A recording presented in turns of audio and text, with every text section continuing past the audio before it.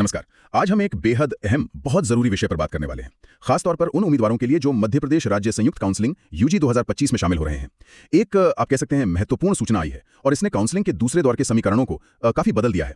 और ये जानकारी सीधे आई है चिकित्सा शिक्षा निदेशालय से, मध्य प्रदेश का निदेशालय। 28 अगस्त 2025 को यह आधिकारिक सूचना जारी हुई है। इसे विभाग की वेबसाइट www.medicaleducation.mp.gov.in उस पर भी देखा जा सकता है। एक बड़ी खबर है, राष्ट्रीय चिकित्सा आयोग मतलब एनएमसी उसने मध्य प्रदेश में 2 नए सरकारी मेडिकल कॉलेजों को हरी झंडी दिखा दी है। ये कॉलेज हैं शासकीय मेडिकल कॉलेज श्योपुर और शासकीय मेडिकल कॉलेज सिंगरौली। दोनों ही कॉलेजों के लिए 100 सीटों की प्रवेश क्षमता को मंजूरी मिली है, यानी कि कुल 200 नई एमबीबीएस सीटें। सूचना में यह साफ लिखा है कि नए कॉलेजों में हर एक में राज्य कोटे के तहत 85 एमबीबीएस सीटें होंगी, मतलब श्योपुर में 85 सरकारी सीटें और सिंगरौली में भी 85। कुल मिलाकर 170 नई सरकारी एमबीबीएस सीटें ये राज्य के उम्मीदवारों के लिए हैं। और यहाँ दिलचस्प बात यह है कि ये जो 170 सीटें हैं ना, ये सीधे दूसरे दौर की काउंसलिंग की जो रिक्तियां हैं, मतलब वैकेंसीज, उनमें जोड़ी जा रही हैं। तो दूसरे दौर में अचानक से 170 एक्स्ट्रा सरकारी सीटों का आ जाना उन उम्मीदवारों के लिए एक बड़ी राहत हो सकती है जो शायद बस कुछ नंबरों से या रैंक से सरकारी सीट चूक रहे थे।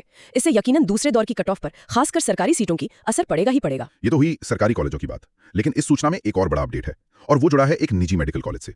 ये दिल्ली उच्च न्यायालय के एक आदेश पर आधारित है। जी हाँ, सूचना में दिल्ली उच्च न्यायालय के एक आदेश का जिक्र है। केस नंबर है WPC 10880/2025 और तारीख है 22 अगस्त 2025। यहाँ WPC का मतलब होता है रिट याचिका सिविल, ये जानना शायद ठीक रहे। इस आदेश के तहत index medical college, hospital and research centre जो इंदौर में है, उसे शैक्षणिक सत्र 2025-26 के लिए नीट यूजी काउंसलिंग में हिस्सा लेने की इजाजत मिल गई है।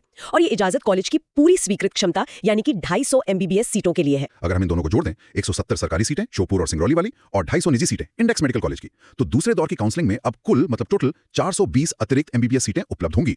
हाँ, सूचना में साफ तौर पर कहा गया है कि इन नई सीटों के जुड़ने को ध्यान में रखते हुए जो उम्मीदवार दूसरे दौर के लिए अपग्रेडेशन का अपना विकल्प मतलब ऑप्शन फॉर अपग्रेडेशन बदलना चाहते हैं, उन्हें इसका मौका दिया जा रहा है। इसके लिए प्रक्रिया बताई गई है। उम्मीदवार अपने कैंडिडेट लॉगिन के जरिए ऐसा कर सकते हैं। वहां विलिंगनेस टू अपग्रेडेशन नाम से एक लिंक उपलब्ध कराया गया है।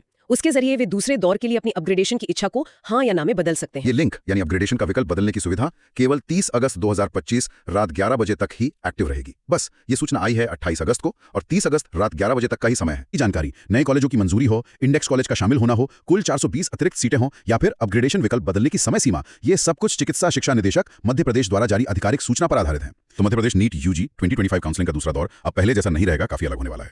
2 नए सरकारी मेडिकल कॉलेज श्योपुर और सिंगरौली राज्य कोटे में 170 नई एमबीबीएस सीटें ला रहे हैं। दिल्ली हाईकोर्ट के आदेश के बाद इंडेक्स मेडिकल कॉलेज इंदौर की 250 एमबीबीएस सीटें भी दूसरे दौर में शामिल हो गई हैं, यानी कुल मिलाकर 420 अतिरिक्त सीटें। और इस बड़े बदलाव को देखते हुए उम्मीदवारों को 30 अगस्त रात 11 बजे तक अपने अपग्रेडेशन के विकल्प को बदलने का एक बहुत ही सीमित छोटा सा अवसर दिया गया है।